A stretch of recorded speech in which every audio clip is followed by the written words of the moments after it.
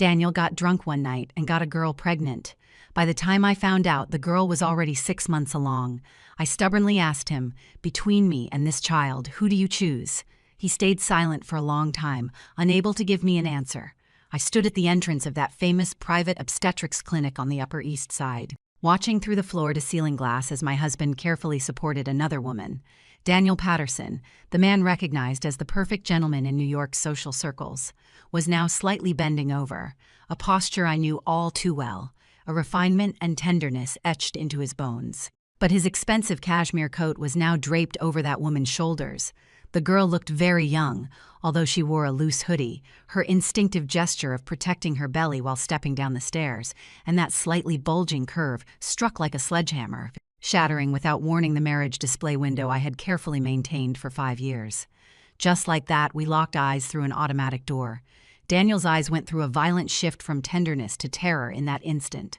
He let go of the girl's hand almost instinctively, standing rigidly in the curtain of rain, like a child caught red-handed doing something wrong.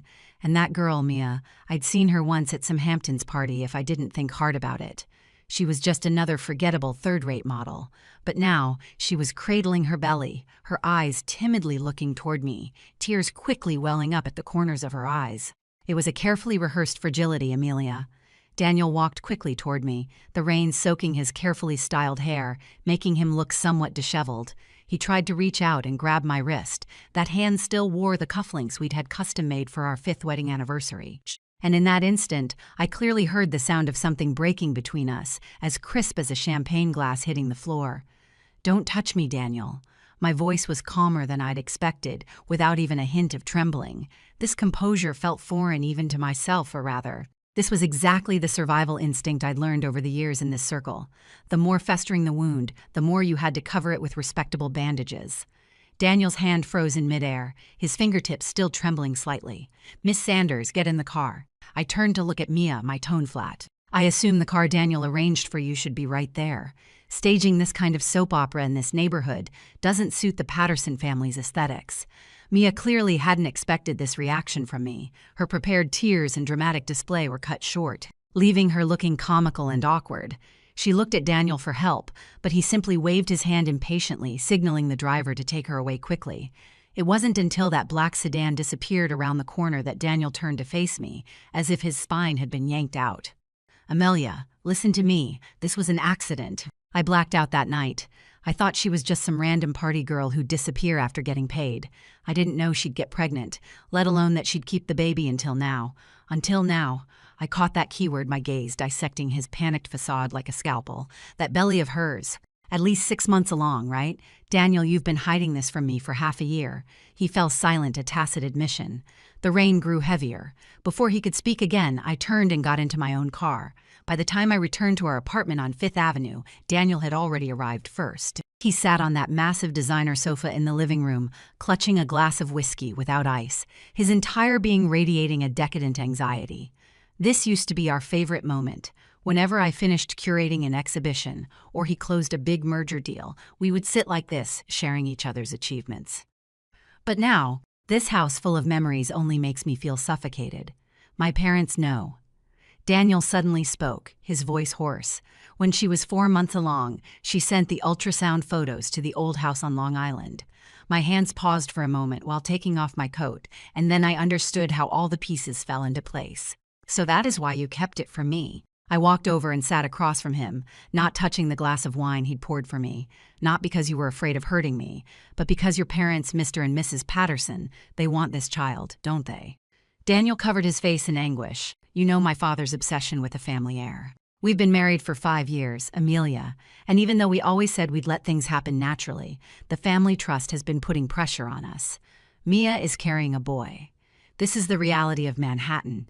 Even though I graduated from an Ivy League school, even though I am a force to be reckoned with in the art world, in that ancient and decaying family logic, I am worth less than a third-rate model who can give birth to a boy.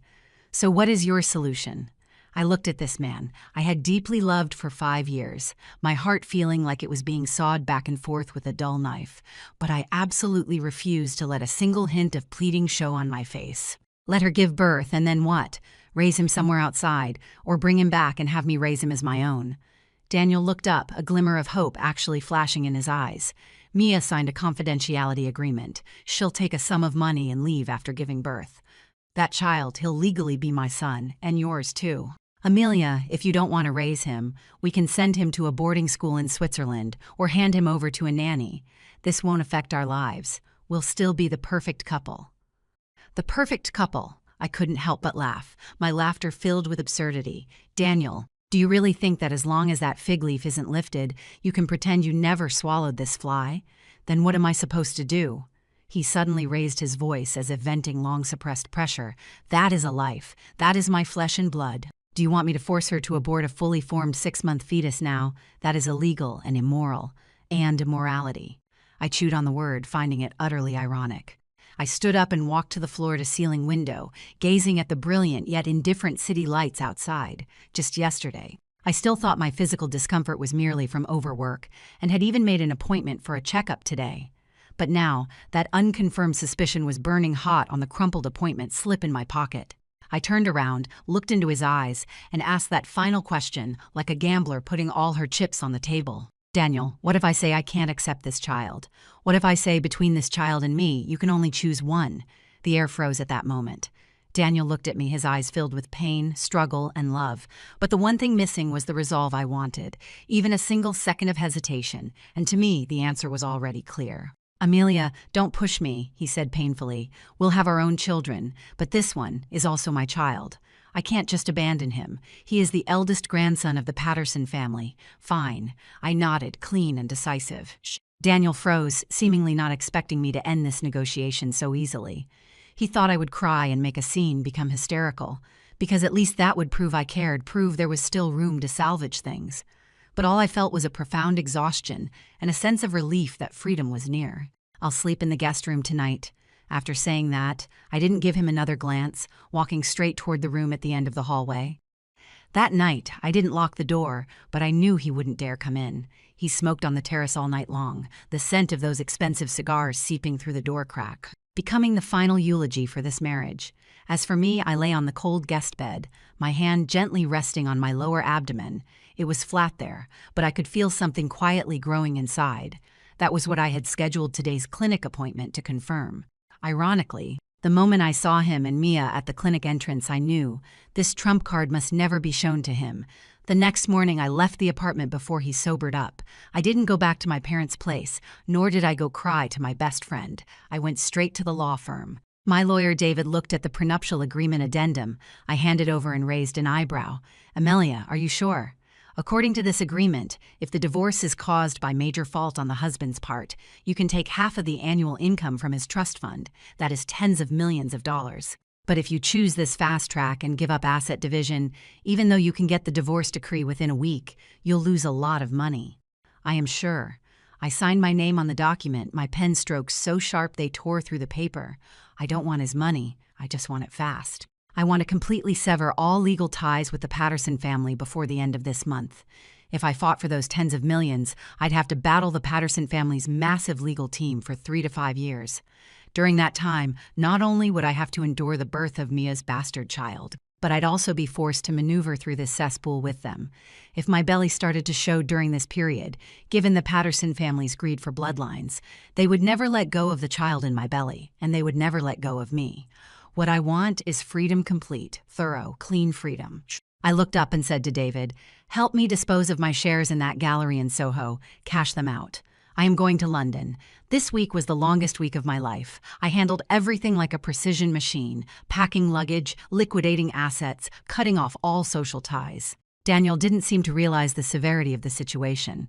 He thought I was just throwing a tantrum, thought that as long as he sent a few limited edition Herms like before, or publicly declared his love for me at a charity gala, I would change my mind. Until that divorce agreement was placed in front of him. I'll never forget the look on Daniel's face when he saw the divorce papers. It was at his parents' estate on Long Island. To get things over with as quickly as possible, I agreed to one last family dinner. The dining table was set with exquisite silverware and china, old Mrs. Patterson putting on airs. Broke the silence in a condescending tone. Amelia, Daniel has already told me, that girl will disappear once she gives birth, and the child will be registered under your name. This is the family's decision. You should feel honored after all. This spares you the pain of childbirth, and you'll have an heir right away." She cut the veal on her plate without even looking up, as if she were discussing getting a corgi for the house. I looked at Daniel sitting across from me. He had his head lowered, not daring to meet my eyes. Old Mr. Patterson added from the side, "Of course, as compensation, we'll deposit $5 million into your personal account. As long as you cooperate obediently, the position of Mrs. Patterson will always be yours."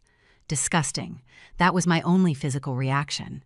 Acid was churning in my stomach, but I elegantly set down my knife and fork, took out a handkerchief, and dabbed at the corner of my mouth. "I think you've misunderstood."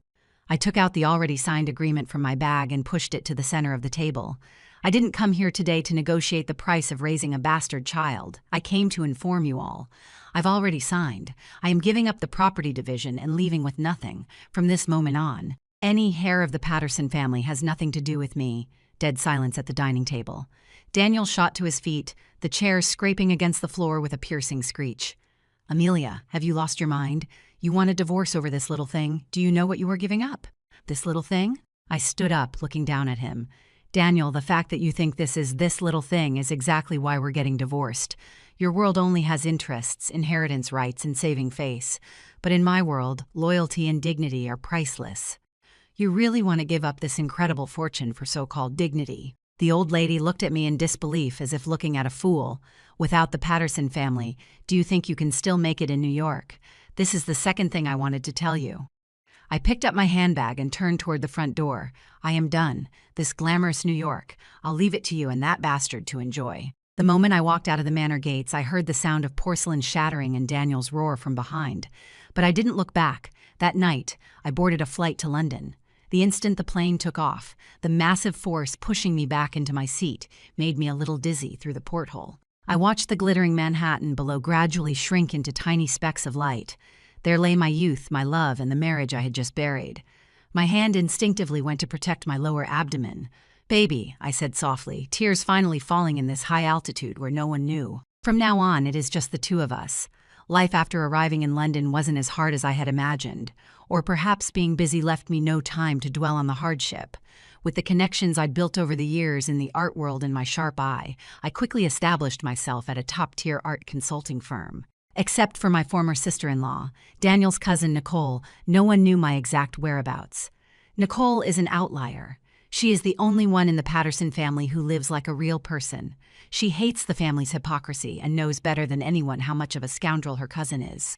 "Are you really pregnant?" In the video call, Nicole looked at my slightly bulging belly, so surprised she almost spilled the coffee she was holding. "Does that bastard know? He doesn't know, and he never will." I was sorting through a Sotheby's auction catalog, my tone calm. "This is my child, and has nothing to do with the Patterson family. Good for you, Nicole." Let out a whistle, her eyes full of admiration. "You have no idea. Ever since you left, Daniel's been like a rabid dog. He has used every connection he has to find you, even hired private detectives. But he'd never imagine you'd give up all your assets and hide out in London. What about that child?" I didn't want to ask, but I couldn't help it. "Oh, that poor little wretch," Nicole shrugged, her face full of disdain. "That woman named Mia thought having a son would raise her status. But Daniel took the baby away as soon as it turned 1 month old. He gave Mia a huge sum of money, had her sign the strictest custody termination agreement, and shipped her off to the West Coast. As for the child, Daniel wouldn't even look at it, just tossed it to the nannies, and later sent it off to boarding school when it got older. My aunt wanted to spoil it, but Daniel made it clear anyone who dared pay attention to that child was reminding him of that shameful past. I listened, feeling no ripples in my heart. This was Daniel extreme selfish, always trying to fix mistakes with money and control. He thought as long as he could hide or deal with that child, he could prove his love for me was pure. But he didn't understand. Some things once broken are broken. Even if you glue them with diamond dust, all you see are cracks. What about him now? Became a workaholic and went celibate too. Nicole laughed mockingly. Everyone in New York is saying the eldest son of the Patterson family is staying pure for his ex-wife. He has locked all your old things in that apartment, kept everything exactly as it was, goes back every day to confess to the empty air. Late love really is cheaper than grass. I closed my laptop, cutting off the image from that side. Late love. If I had heard this 5 years ago, maybe I would have softened. But now, looking at the woman in the mirror with her pregnant belly and resolute eyes, I just thought it was a joke. A few months later, my daughter was born. It was a typical rainy London day, just like the day I left New York. But I no longer felt cold. Looking at the little life in the swaddling clothes with a pair of eyes as bright as obsidian, I knew I had won. I named her Zoe. It means life in Greek. She didn't look like Daniel. This made me incredibly grateful. She had my features, my hair color, only that high. Straight nose faintly hinted at the Patterson family genes, but if you didn't mention it, no one would make the connection. Days slipped by like flowing water. Zoe grew up day by day, smart, sensitive, with an astonishing artistic talent. I took her through the major galleries and museums across Europe, and nurtured by art, she grew into an elegant and confident little princess. I never hid the issue of our family structure from her. I told her she had a daddy, but daddy and mommy separated because of different life plans. She seemed to half understand, but because I gave her enough love, she didn't feel the sense of loss like other children from single-parent families. Until 5 years later, Nicole was getting married. As my only friend in the Patterson family, and also Zoe's favorite cool auntie, I couldn't miss her wedding. More importantly, I was no longer the discarded wife of a wealthy family who fled in panic 5 years ago. I was a renowned art consultant in the industry. My name itself was a golden brand. I had enough confidence to set foot on that land again, with my daughter. "Mommy, are we going to New York?" 5-year-old Zoe sat on the carpet, fiddling with a set of Lego blocks, looking up to ask me. Her English had a lovely British accent, soft and noble. "Yes, baby," I squatted down, adjusting her collar, "to attend Auntie Nicole's wedding." "Then will I get to see Daddy?" she suddenly asked. My hand paused for a moment, then I smiled at her. "Maybe, but he might not recognize you." "Why?" "Because this is our little secret." I raised my index finger to my lips. "If someone there asks how old you are, what should you say?" Zoe blinked her eyes. It was a game we had rehearsed countless times. She held up 4 fingers and smiled slyly. "I am 4 years old, Mommy." So clever. If Daniel knew Zoe was 5. With his intelligence, a little calculation of the timeline would tell him I got pregnant before the divorce. When that happened, a bitter custody battle would be inevitable. But if she was 4, then she would be the product of me moving on to someone new after I left him, for that proud and arrogant man. His ex-wife's betrayal and new life would be the greatest humiliation and blow to him. And this was exactly the reunion gift I had prepared for him. The moment the plane landed at the airport, I took a deep breath of New York air. This time, there was no rain. The sunlight was so blinding it made you want to cry. Holding Zoe's little hand, walking in my high heels, I stepped out of the arrival hall one step at a time. "Daniel, I am back, and are you ready to face your retribution?"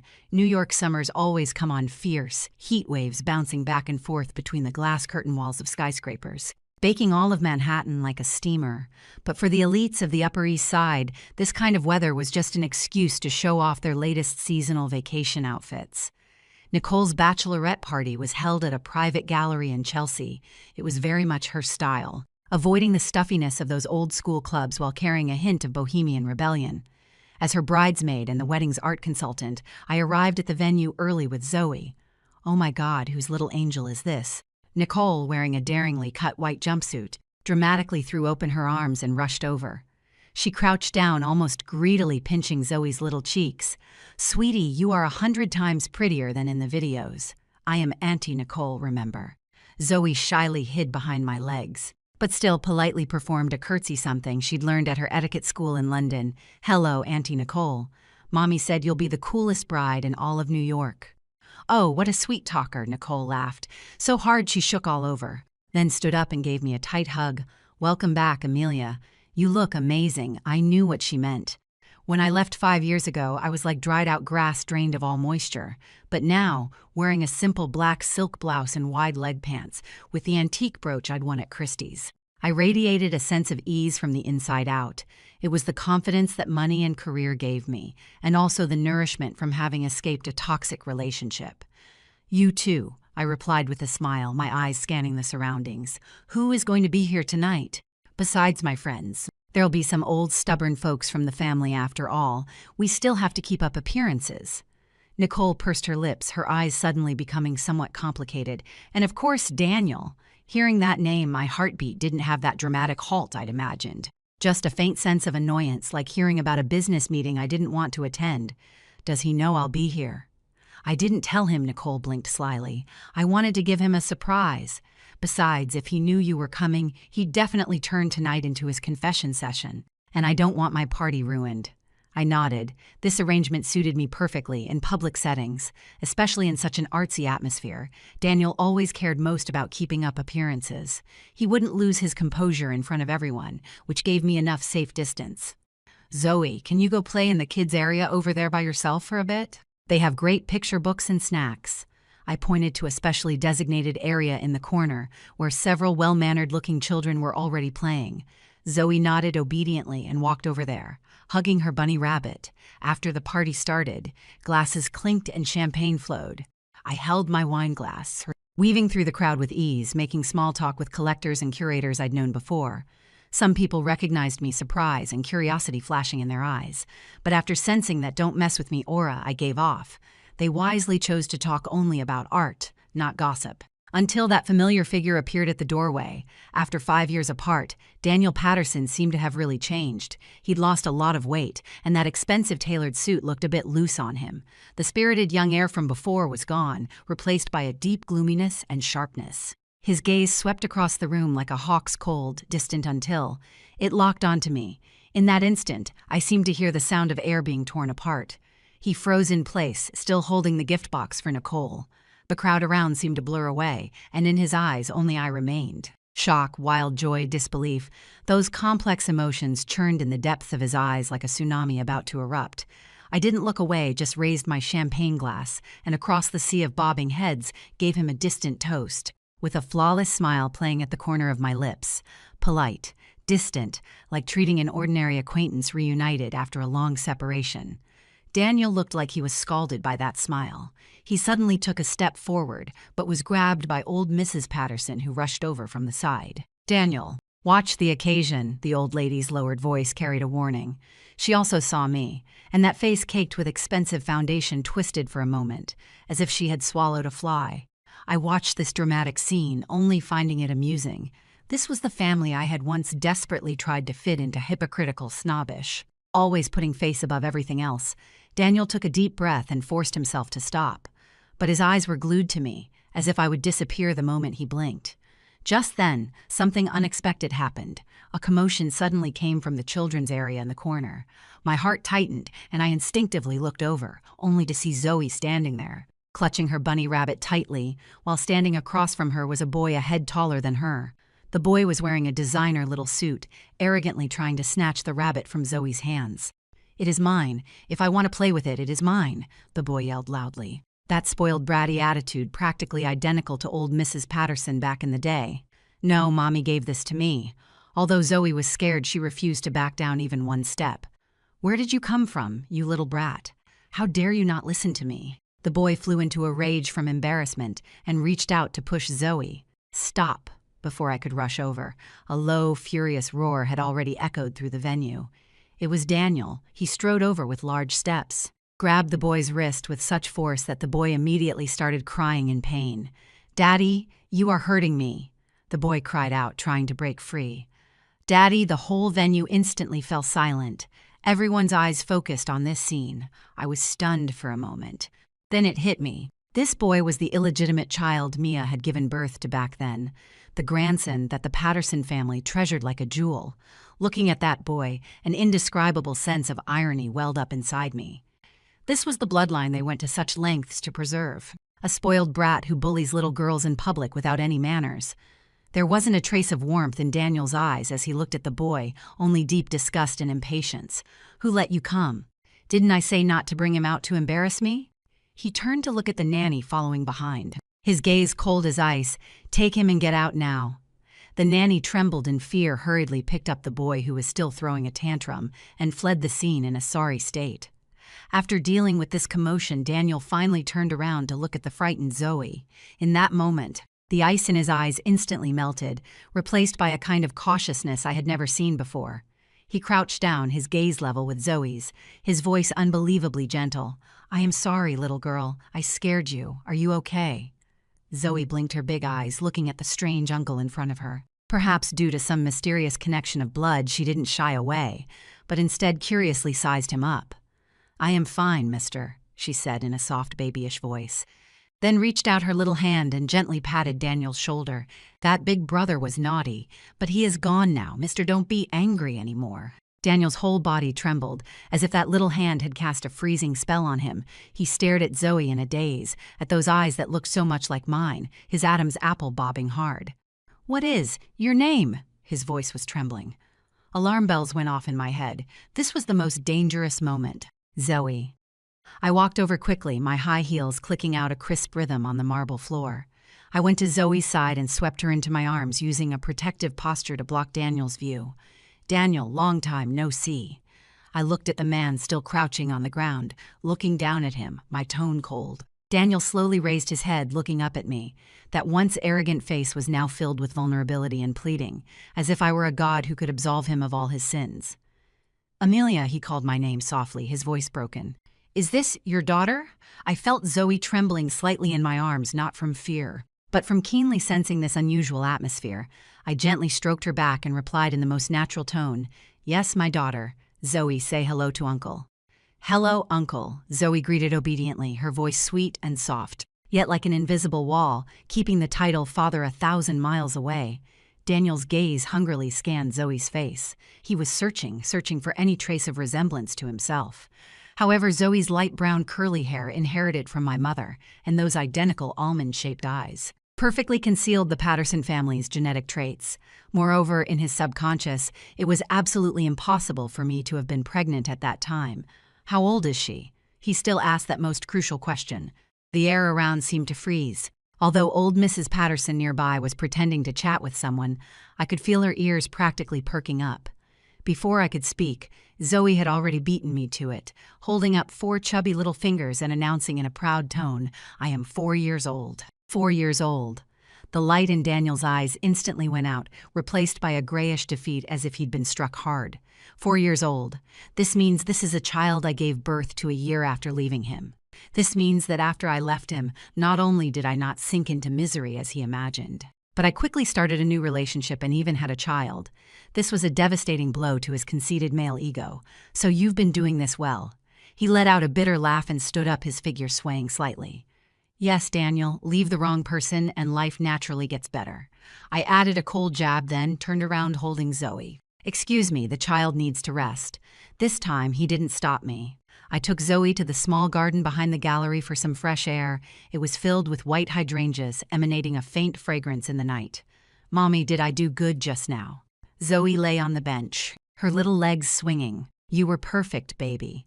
I kissed her forehead, the weight in my heart finally lifting. That uncle looked so sad.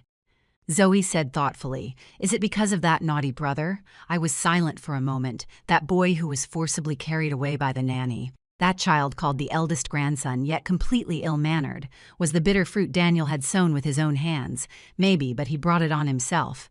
"Amelia," the voice from behind made my spine stiffen. It wasn't Daniel, it was old Mrs. Patterson. She leaned on that jade-inlaid cane, standing in the shadow of the flowers like a ghost. The years hadn't made her kinder, instead, they had only sharpened her cruelty. "Mrs. Patterson," I stood up, shielding Zoe behind me. "To what do I owe the pleasure?" "That child," she squinted at Zoe, her gaze like she was appraising an antique. "She really looks like you, especially that stubborn streak. Thanks for the compliment." "Who is her father?" She cut straight to the point, her tone aggressive. "An Englishman, or some random artist you picked up in that circle of yours." I let out a cold laugh. "That is none of your business, is it? After all, I am no longer part of the Patterson family. Hemp, I am just here to remind you." The old woman took a step forward, lowering her voice. "Daniel may not have remarried all these years, but he is still the Patterson heir. Don't think you can waltz back in with some baggage and make him change his mind. That son Mia bore may be a good for nothing, but at least he has Patterson blood in his veins. As long as I am still breathing, don't even think about using some bastard child to muddy the waters." Hearing this, I wasn't angry at all. In fact, I almost burst out laughing. This was the tragedy of wealthy families. They valued bloodline above all else, yet they were completely blind. The real pearl was right in front of them, but they couldn't see it. Instead, they mistook fish eyes for precious gems. "You are overthinking." I smoothed out my skirt, smiling with effortless calm. "I have absolutely no interest in your son or your massive fortune. As for my daughter, I looked down at Zoe, who was staring wide-eyed, looking innocently at this fierce old granny. She has the most precious things in this world: freedom and love. These are things your Patterson family can't buy no matter how much money you have. The old lady was choked by my words, her face turning pale and flushed in turns. Also, I leaned closer to her and said in a voice only the two of us could hear, "You should pay more attention to that eldest grandson of yours. I hear he is quite the notorious little tyrant at boarding school. If word gets out, the Patterson family's reputation really won't hold up." With that, I took Zoe's hand and left the garden without looking back. Back at the party, Nicole was looking everywhere for me. "Hey, you okay? I saw that old witch go after you." Nicole looked worried. "I am fine, just some boring nonsense." I took the cocktail she handed me. "By the way, that boy, does Daniel really not look after him? Care?" Ha! Nicole seemed like she heard some kind of joke. Ever since that child was born, Daniel became a completely different person. He transferred all his hatred for Mia onto the child. He thinks that child's existence is the biggest stain on his life, the main culprit for you leaving him. Besides giving money, he feels dirty even looking at the child. That child is pitiful too, unloved by father, unloved by mother, spoiled rotten by the nanny with no boundaries. It is only a matter of time before the personality becomes twisted. Listening to this, I only felt a deep chill in my heart. Daniel Patterson, this man is truly terrifying. When he loves you, he can put you on a pedestal, but once he stops loving you, or thinks you are a nuisance, he can be as cold as an executioner, even if it is his own flesh and blood. I am even more grateful that I chose to leave back then. If I had stayed, even if I reluctantly accepted that child, my Zoe would have grown up in this twisted environment, either becoming like that boy, or becoming a pitiful wretch who only knows how to please her father. By the way, tomorrow is my wedding. Nicole suddenly said seriously, "As the bridesmaid, you need to be prepared. I heard Daniel is going to pull something during the wedding speech." Pull something? He has been contacting the heads of major galleries recently, and even bought several famous paintings at high prices. Nicole looked at Daniel, who was drinking alone not far away. "I think he wants to win you back." I swirled the ice cubes in my glass, looking at that man who seemed out of place in the crowd. Win me back, just like 5 years ago when he thought throwing money at Mia would solve everything. Now he thinks as long as he throws money around and shows sincerity, I'll come back. He'll never understand that once some doors close, there is no key that can ever open them again. Let him be. I tilted my head back and drained my glass. Perfect timing. Actually, I have some things I want to make clear tomorrow, too. This isn't just a wedding. It is also a farewell ceremony 5 years overdue. I am going to personally shatter his last unrealistic fantasies about the past, with everyone as my witness. The night grew late, and the party ended. I took Zoe back to the hotel. After coaxing Zoe to sleep, I stood by the floor-to-ceiling window, gazing at the still bustling Manhattan nightscape outside. My phone buzzed once, a text from an unknown number. "Good night. Amelia, it is so good to see you back." No signature, but I knew who it was. I didn't reply. I just blocked the number and deleted the message. "Good night, Daniel. I hope you have sweet dreams tonight, because tomorrow the dream ends."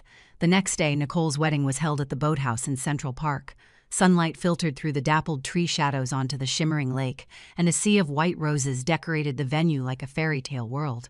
As a bridesmaid, I wore a lavender silk gown, standing beside Nicole, watching her walk toward the man who only had eyes for her. It was a happy moment, if you ignored all those prying eyes in the audience. After the ceremony was an outdoor dinner party. Long tables extended all the way to the lakeside, with the band playing soft jazz. Daniel, as the representative of the bride's family, went up on stage to give a speech. He was dressed very formally today, the dark blue tailcoat making him look like a nobleman who had stepped out of an old era.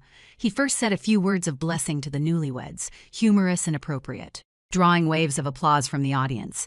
However, just when everyone thought the program was about to end, his tone suddenly shifted. "Today, besides blessing my sister, I also want to take this opportunity to say a few words to someone who is extremely important to me."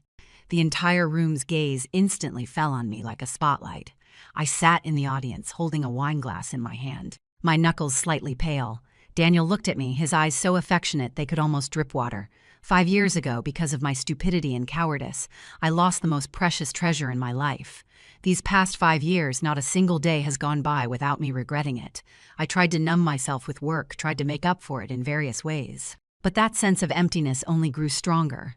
He paused for a moment, took out a small box from his pocket, opened it, and inside was a pink diamond ring that I had once casually complimented in a magazine, Amelia. He stepped off the stage, walking toward me step by step. I know I am guilty, but I am willing to spend the rest of my life making amends. I know you are single now, and that we can put the past behind us. I'll love Zoe as if she were my own daughter. We can give her the best education, the best life, as long as you are willing to give me one more chance. A wave of low gasps rippled through the venue, and some people even started wiping away tears, moved by the scene. This was Daniel's talent. He could always package his selfishness as deep devotion, touching those who didn't know any better. He walked up to me and knelt on one knee. In that moment, he seemed like the same invincible Daniel Patterson again, except this time he was using the entire Patterson family's glory to bow his head to me.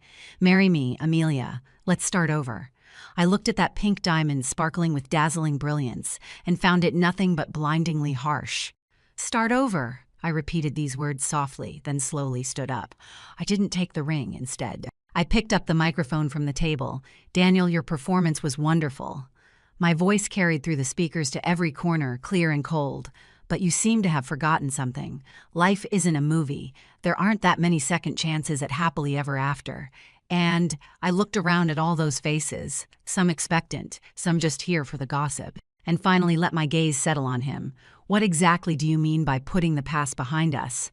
Are you referring to that illegitimate son you spoiled rotten, or the way your parents look at my daughter like they're watching a thief? Daniel's face instantly turned deathly pale. Amelia, I told you. I'll take care of that child. Take care of, I interrupted him, my tone laced with a hint of mockery, like dealing with an out-of-season piece of clothing or a disobedient pet. Daniel, this is what I despise most about you. You only ever love yourself. Your so-called love for me is just because I no longer belong to you. I am no longer under your control. It is your pathetic possessiveness acting up. That is not true. He defended himself anxiously. I truly love you. For these 5 years I've kept myself pure. Kept yourself pure, I laughed. That is because you know, no other foolish woman would ever be like I was back then. Not after your money, not after your power, with eyes and heart only for you. What you miss isn't me, it is your easily manipulated perfect wife. As for Zoe, I took a deep breath, deciding to deliver the final blow. She doesn't need you as a discount dad. She has a mom who loves her, a happy childhood. She doesn't need to tiptoe through life in a wealthy family full of scheming, coldness, and hypocrisy. So put away your ring, Mr. Patterson. I don't want it. With that, I threw the microphone back on the table, took Zoe's hand in the deathly silence of the venue, and turned to leave. This time there was no applause, only silent shock. Daniel knelt there like a weathered stone statue. I knew, this time, I had truly crushed that proud heart of his. Walking out of the park and getting into a taxi, Zoe snuggled in my arms and asked softly, Mommy, does that uncle really want to be my daddy? I stroked her hair, watching the streetscape fly by outside the window. Maybe, but he doesn't deserve to. Back at the hotel, countless messages popped up on my phone. But I didn't read a single one. Nicole did call, though, her tone as excited as if she'd just finished watching a blockbuster. That was so satisfying. Amelia, you are literally my idol. You didn't see that old hag's face, black as the bottom of a pot. And Daniel, he has probably never been this humiliated in his entire life. This is just the beginning, I said calmly. What comes next is the real main event. Because just now I received a call from a headhunter. My new job in New York was confirmed chief curator at the Metropolitan Museum of Art. This meant I would officially return to New York's social circle with a brand new, even more dazzling identity, and the Patterson family as one of the museum's biggest sponsors. We would have countless opportunities to clash in the future. In the days that followed, I was as busy as a spinning top, preparing new exhibitions, social dinners, media interviews. I was like a fish that had returned to the sea, handling everything with ease. As for the farce at that wedding, it became the most talked about gossip in New York's high society circles. Some said I didn't know what was good for me. Others said I had personality. But more people started to see me in a new light, no longer as Patterson's ex-wife, but as Amelia Lynn, the woman with extraordinary talent and boldness. Until the museum charity gala a month later. This was New York's annual grand event, known as the Oscars of the East Coast. As a curator, I wore a deep red velvet gown custom made for me by a renowned designer, standing in the reception area, welcoming celebrities from all walks of life. The Patterson family came too, of course. The old lady wore a black lace gown, still putting on that insufferably arrogant air. Daniel followed behind, looking haggard, clearly not yet recovered from that blow, and behind them, surprisingly, was that illegitimate child. The boy looked slightly better behaved than last time we met, but his eyes were still gloomy, occasionally kicking at the carpet with his foot, his face full of impatience. Seeing me, the old lady let out a cold snort and turned her face away. Daniel paused in his steps, looking at me with a complicated expression. "Welcome, Mr. Patterson, Mrs. Patterson." I smiled politely, keeping it strictly professional. Don't think becoming a curator means you've made it big." The old lady hissed viciously as she passed by me. "Just a performer." The smile at the corner of my lips deepened. "Whether I am an actress or not, you'll find out later." But my gaze swept over the boy. "I hope your little grandson won't smash the exhibits here like his toys tonight. After all, everything here is worth more than the Patterson family's reputation." The old lady was so furious she nearly fell over backwards and was hurriedly helped into the venue by Daniel. Halfway through the banquet, I was chatting with a collector from France when I suddenly heard a crisp shattering sound. Everyone's eyes followed the sound. In the center of the exhibition hall, that bastard was standing next to a floor of shattered pieces. At his feet lay a Ming Dynasty blue and white porcelain vase with hundreds of years of history. "I already said I don't like this. I want to go home." The boy cried and threw a tantrum loudly, completely oblivious to the shocked gazes around him. "It is over." Old Mrs. Patterson clutched her chest, nearly fainting. Daniel's face turned livid. He strode over and raised his hand for a slap. Slap! The crisp sound of the slap echoed through the spacious exhibition hall. The boy was stunned by the hit, then burst into even more piercing wails. "I hate you. I hate all of you. I want Mommy." At this moment, the dignity the Patterson family had accumulated over generations shattered completely, just like that irreparable porcelain vase. I stood at the edge of the crowd, watching this scene coldly, feeling nothing but satisfaction as the dust finally settled. This is the hair they chose. This is the bloodline they'd rather hurt me and drive me away to keep. What a show! And the best part was yet to come. In the midst of all the chaos, a small figure emerged from the crowd. It was Zoe. She was wearing a little white dress like an angel who had wandered into the mortal world. She wasn't scared to tears. Instead, she walked up to the boy who was still crying and fussing and handed him a tissue. "Big brother, wipe your face," she said in that soft, sweet British English. "Even though you did something wrong, crying won't solve the problem." The whole room went silent. The stark contrast, a hysterical, ill-mannered, illegitimate child versus an elegant, kind, well-bred child of an outsider, was like an invisible slap, striking hard across the face of every member of the Patterson family. Daniel looked at Zoe, the regret in his eyes so intense it was almost overflowing. The old lady's eyes went even wider, staring fixedly at Zoe, her lips trembling as if she wanted to say something but couldn't get the words out. Just then, Zoe suddenly turned her head, looked at me, and flashed a sweet smile. "Mommy, I want to go home." That one word, "Mommy," broke the entire deadlock. I walked over, took her hand, and under everyone's complicated gazes, like a true queen, I left with my princess. Behind me lay the completely shattered dignity of the Patterson family. When I reached the door, I looked back. Daniel stood among the debris, like an orphan, abandoned by the world. I knew this was the real punishment, not revenge, but making him watch with his own eyes what he had missed and what he had gotten. This was 10,000 times more painful for him than killing him would have been. The lingering echo of the porcelain vase shattering seemed to still reverberate under the dome of this century-old building.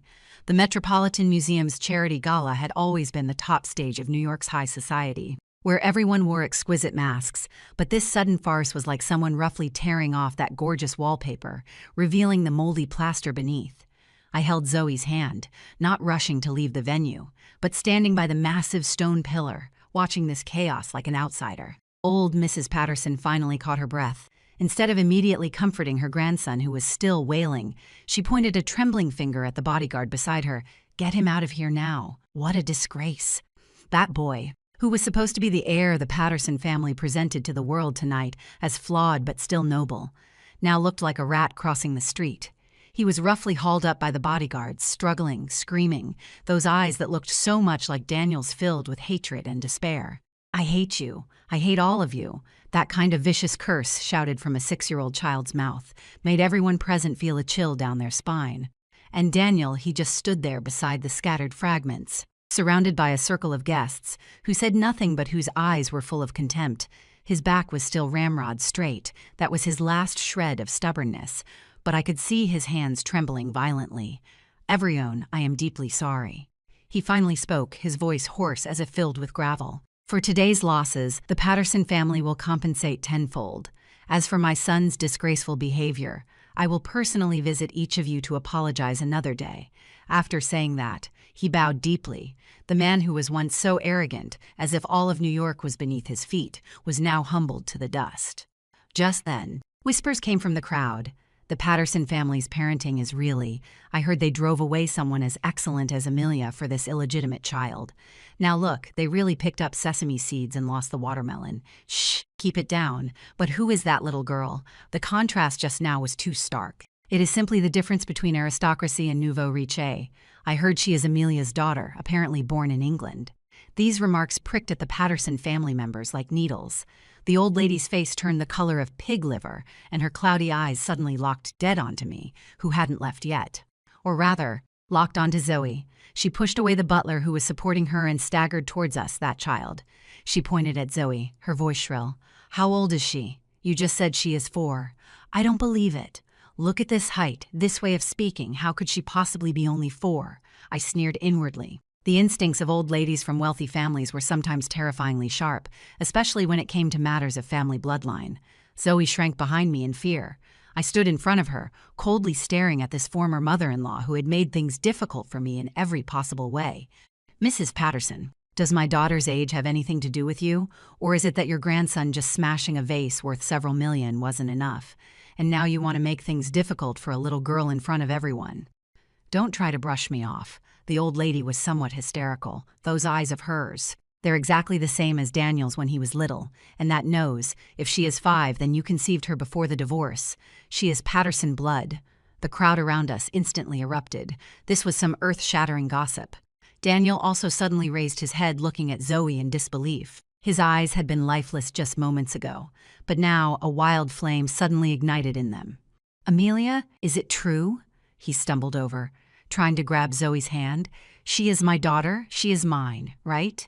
If Zoe really was his daughter, then all the torment he had endured over these 5 years, all the regret, seemed to finally have an outlet for redemption. He could abandon that bastard child who had made him lose all face, and embrace anew this perfect angel like heir. I looked at his eyes full of longing, feeling only sorrow in my heart. Even at this point, what he cared about still wasn't me, wasn't Zoe as a person, but Zoe's value as an heir, his bargaining chip for a comeback. "Mr. Patterson, please have some dignity." I took a step back, avoiding his touch. "Zoe is indeed 5 years old." The moment my words fell, the room erupted in uproar. Daniel's face showed an expression of wild joy, and the old lady was so excited she nearly fainted. I knew it, I knew it. The old lady muttered to herself, Quickly bring her home. This is a child of our Patterson family. She can't be left out there." But I interrupted their sweet dream, a cruel smile curling at the corner of my lips. "Who told you that a 5-year-old child must be Daniel's?" The entire room fell silent in an instant. I took out a folded piece of paper from my bag. It was actually just an ordinary children's vaccination record, but in their eyes it was a verdict. The year Daniel and I separated, I was frequently traveling between London and New York. I already had a new partner back then. I lied without batting an eye, even with a convincing air of openness. Zoe was born in London, and her biological father is an excellent British architect. If you don't believe me, feel free to check the birth certificate. The father column definitely doesn't say Daniel Patterson. Of course it didn't. On that birth certificate, the father column was blank. But in this kind of situation, who would actually go and check? "Impossible," Daniel roared. "You clearly still loved me back then." "Love," I said as if I'd heard some kind of joke. "Daniel, by the time you forced me to sign the divorce papers for that third-rate model, I had already stopped loving you. As for physical fidelity, since you could cheat, why would you think I'd stay pure for you?" These words were like a poison-dipped dagger, stabbing precisely into his masculine pride. He staggered back 2 steps, his face pale as paper number. "I don't believe it. This can't be, believe it or not. That is up to you."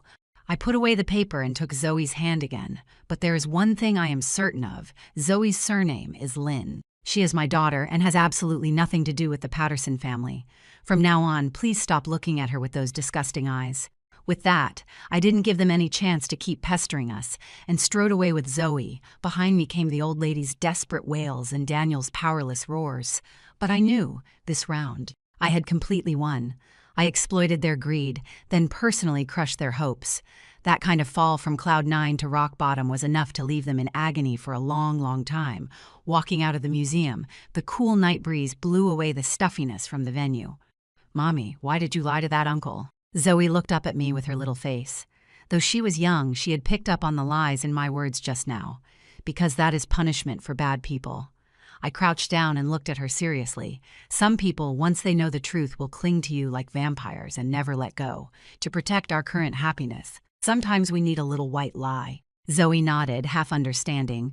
"So does that mean I won't have to see that weird uncle anymore?" "That is right, never again." I picked her up and walked toward the car parked by the roadside. Over the next few days, New York's tabloids predictably exploded. The headlines were all about the scandal of the Patterson family's illegitimate son causing a scene at the museum, along with trashy titles like "Ex-wife returns with illegitimate daughter," "Patterson dynasty dreams shattered." The Patterson family's stock price plummeted in response. The old lady was so furious she was hospitalized, while Daniel locked himself in his Long Island mansion, refusing to see anyone. As for that poor illegitimate son, I heard he was sent overnight to a fully enclosed reform school in Switzerland, and whether he could ever come back in this lifetime was still unknown. Everything seemed to be over, but fate always plays jokes on you when you least expect it. Just the day before I was about to take Zoe back to London, I received a call from Nicole. "Amelia, can you come to the hospital, Daniel? He attempted suicide." The hand holding my phone trembled. Suicide. That Daniel Patterson, who treasured his life like gold and was utterly selfish, would actually attempt suicide. "Don't worry, they saved him," Nicole sighed. "But he keeps calling your name, saying he wants to see you one last time. The doctor said his will to live is very weak." I stayed silent for a long time. Go or not go? Reason told me this might be his self-inflicted scheme, but if I didn't go, it might become a thorn in my heart forever. After all, he was once someone I deeply loved, the biological father of my daughter. Fine, I'll go. At the hospital, the ward was filled with the smell of disinfectant. Daniel lay on the bed, his wrists wrapped in thick bandages, his face so pale it was almost transparent. Seeing me come in, his eyes lit up for a moment, that light as faint as a dying candle in the wind. "You came," he smiled weakly. "I thought you really hated me so much that you wouldn't even see me on my deathbed." I walked to the bedside, didn't sit down, just looked down at him condescendingly. "Daniel, using this kind of method to gain sympathy is really childish." "I am not looking for sympathy," he shook his head, a tear sliding down from the corner of his eye. "I am really tired. Amelia, these past 5 years, I've thought every day about what it would be like if I hadn't kept that child that day, if we hadn't divorced. We would have a daughter as cute as Zoe. We would be the happiest family of 3. There is no what if in this world." I cut off his fantasy. "I know." He closed his eyes. "I asked you to come just to give you something." With trembling hands, he took out a document envelope from under the pillow. "This is the trust fund transfer agreement I've already signed. The beneficiaries are you and Zoe." He looked at me, his eyes holding a clarity and resolve I had never seen before. "Whether Zoe is my daughter or not, I want her to have a good life. This is also the only thing I can do for you now." I looked at that document envelope, my heart a tangled mess of emotions. Tens of millions of dollars. This was what I gave up for my freedom back then. Now he was placing it in front of me again. "I don't want it. I didn't take it. Zoe and I are doing just fine now. We're not short on money. Take it." He gave a bitter smile. "Consider it. Compensation for that unborn child who belonged to us." My heart lurched. Did he figure it out? No, impossible. If he knew Zoe was his child, he would never let go so easily. This was just his guilt acting up. "Daniel, live well." I pushed the envelope back. Living to atone is much harder than dying and being done with it all. If you truly feel you owe me, then stop coming to disturb our lives. That would be the greatest compensation to me. After saying that, I turned and left. When I reached the doorway, I heard his soft sobbing from behind. "I am sorry. Amelia, I am sorry," walking out of the hospital entrance. The sunlight was still blinding. I took a deep breath, feeling like a 1,000-pound weight had been lifted off me. I still didn't take that envelope in the end. I knew that if I took that money, I'd never be able to cut ties with him cleanly. What I wanted was a clean future, not wealth covered in the dust of the past. The next day, Zoe and I boarded the plane back to London. As the plane soared into the sky, breaking through the thick layers of clouds, Zoe pointed out the window and shouted excitedly, "Mommy, look, a rainbow!" I followed her finger and looked. A brilliant rainbow stretched across the sky, connecting the past and the future. "So beautiful," I said with a smile. "Goodbye, New York. Goodbye, Daniel. My life has only just begun."